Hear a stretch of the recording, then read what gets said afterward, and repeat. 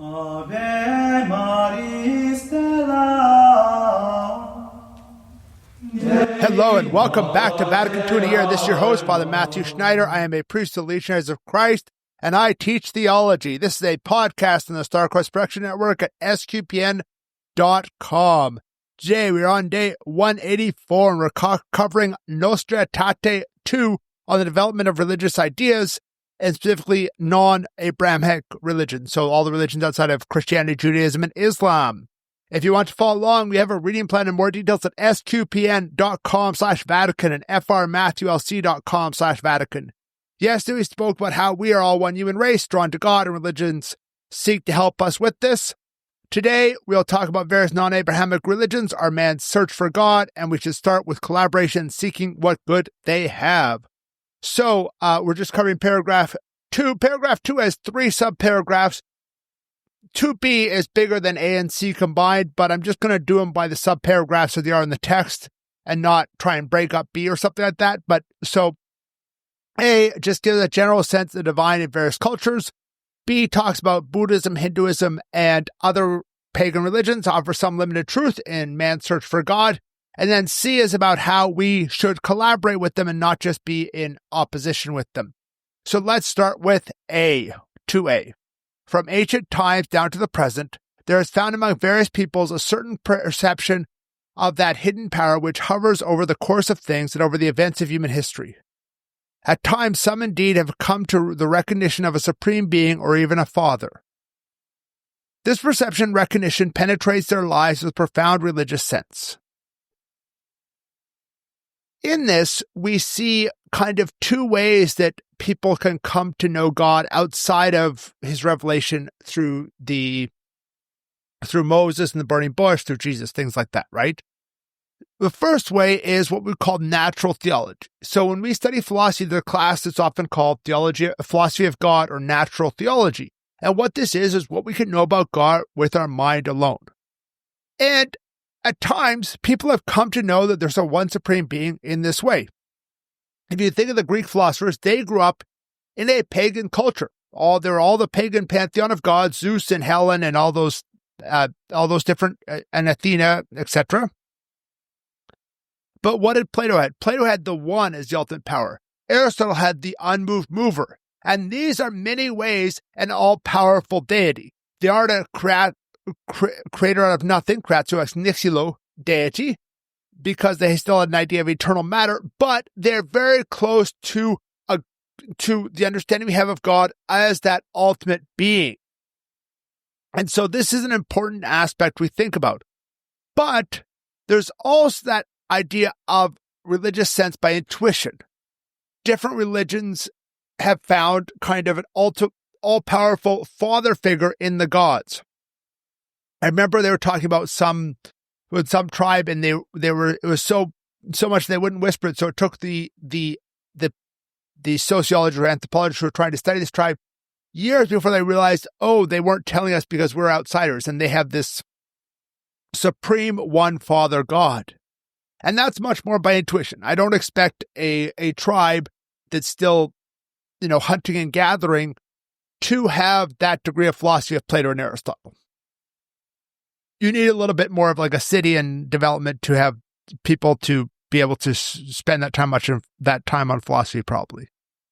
And so it's important to note how these different conceptions are like or unlike God, because some of them are more like God and some of them are less like God. Any vision of the divine is going to have some similarity to God. Even a pantheon of various deities has some similarity to God. Obviously, if you have a pantheon, it's less than if you have just one. Or even if you have a pantheon, but then you have the one who's all-powerful and over all of them, that pantheon might be more like we would refer to as angels, and that one is the all-powerful one. So we have to look at how man is always searching for God, and he can find him and find things about him as all-powerful or as Father, even by his reason or even by his intuition without the revelation we have in the Bible. So let's move on to B. Hinduism and Buddhism and other religions offer some limited truth in their search for God. That's what we're going to talk about in this paragraph. So let's read it. 2b. Religions, however, that are bound up with an advanced culture have struggled to answer the same question by means of more refined concepts and a more developed language. Thus, in Hinduism, men contemplate the divine mystery and express it through an inexhaustible abundance of myths and through searching philosophical inquiry. They seek freedom from the anguish of our human condition either through ascetical practices or profound meditation or a flight to God with love and trust. Again, Buddhism in its various forms realizes the radical insufficiency of this changeable world. It teaches a way by which men, in devout and confident spirit, may be able either to acquire the state of perfect liberation or attain by their own efforts or through higher help, supreme illumination. Likewise, other religions found everywhere try to counter the restlessness of the human heart, each in its own manner by proposing ways comprising teachings, rules of life, and sacred rites. The Catholic Church rejects nothing that is true and holy in these religions. She regards with sincere reverence those ways of conduct and of life, those precepts and teachings, which, though differing in many aspects from the one she holds and sets forth, nonetheless often reflect a ray of truth that enlightens all men. Indeed, she proclaims, and ever must proclaim, Christ, the way, the truth, and the life, John 14, in whom men find the fullness of religious life, in whom God has reconciled all things to himself. This number reminds us that all religions need to seek to answer those existential questions we dealt with at the end of yesterday and in that first paragraph, subparagraph today about who is God. Is God Father? Is God Creator? Is God one? Is God many? Those are the kind of questions we have. And many religions will often have struggled with them and have contradictory answers because we have, for example, we have Aristotle who's talking about the unmoved mover, but at the same time has, as far as we know, still paid worship to the Greek gods. We know specifically that Socrates did because he asked for a sacrifice to be offered up to one of the gods on his deathbed in the dialogues of Socrates, even though in some of the other dialogues he had shown that they were not really the all-powerful and there was a higher power. So those kind of contradictions are there. And we'll see it in Hinduism where there's kind of a different views. We'll get to that in a minute. And so that's a challenge. Hinduism, unfortunately, is a somewhat broad term for a set of beliefs. As Father Samir mentioned, it's all the beliefs in India, minus Buddhism, all these kind of, that really was more of a spectrum of belief. And so people in this town would worship these deities, and that town they worship those ones. And some really understood it as all different emanations or all different appearances of the one God. Some understood it as hundreds of gods, and it's hard to really determine a single Hinduism. Hinduism is a little bit of a spectrum there in what its belief. There's not really a single doctrinal Hindu belief. We can't have the catechism of Hinduism because they don't have that kind of unity in their beliefs. And so we have this, but they are expressing in myths. They're not and they do express it philosophically. There are some great Indian philosophers. I'm not an expert in it. Father Samir might actually know better than I. Probably does know better than I. And at the same time, they're expressing through myths, through stories. And so we have that aspect as well. Now, that's what we have. And what do they want? They want freedom from human anguish. That's a challenge. That's a challenge for every religion. How to deal with suffering. And that's what they're trying to free from. Buddhism takes us a little further. When we talk about Buddhism really says everything in this world is passing, is transitory, is suffering. And so we just have to let go of all that and unite ourselves almost with kind of a nothingness and admit the nothingness of this world.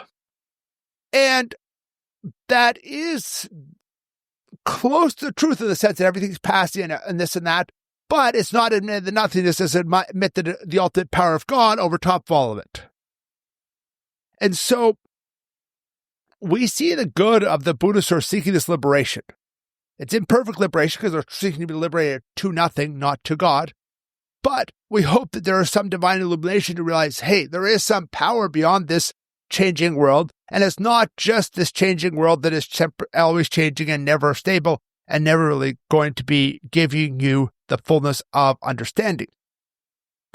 Then we talk about other religions. They all propose different ways towards God. They all propose different ways we can understand God. Different ones are more mythological. Different ones are more philosophical. you have those ideas of, we all took in class, we took, Native American or Greek or Roman myths as part of it.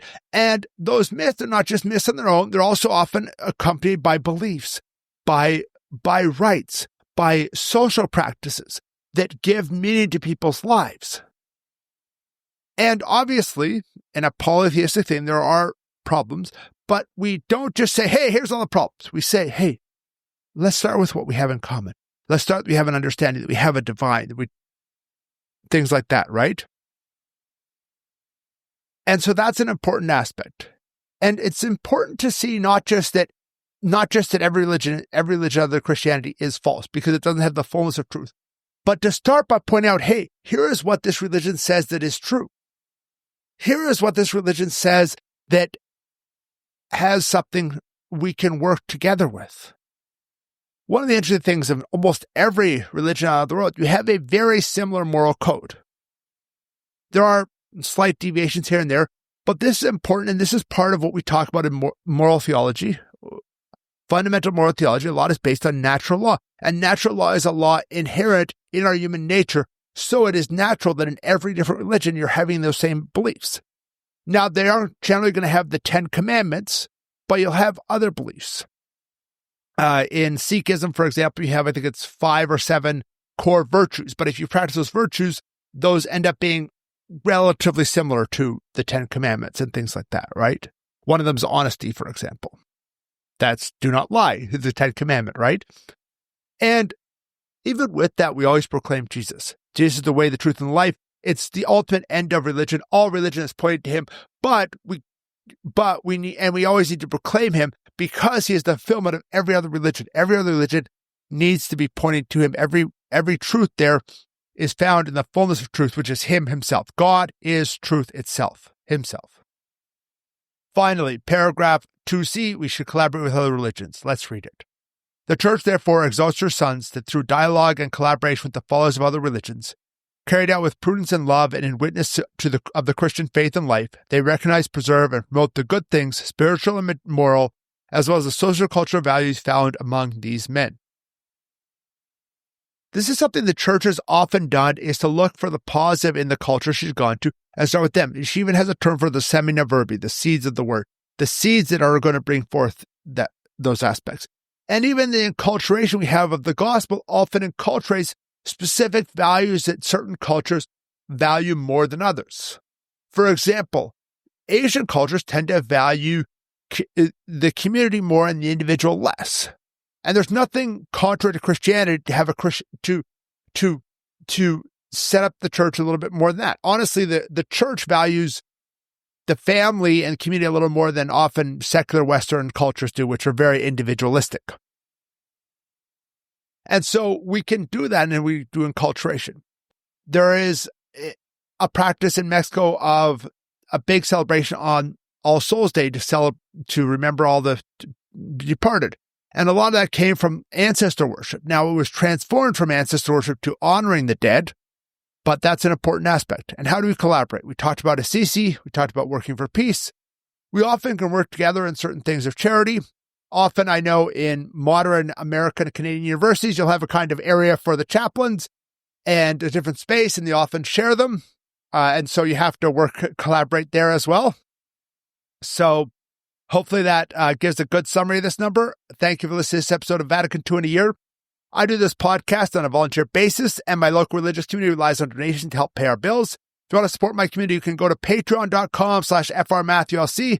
There's also a link both for Patreon and a one-time donation on my own website, frmatthewlc.com. You can also donate to support StarQuest at sqpn.com/give. Tomorrow we'll continue with the next paragraphs of Nostra Aetate, which is 3 to 4 on the Muslims and the Jews. This day is particularly long when I looked at it. I'm not sure why I divided that way, but it's already done, so I'm not going back and changing it. So it'll probably be long, but then the day after will be short.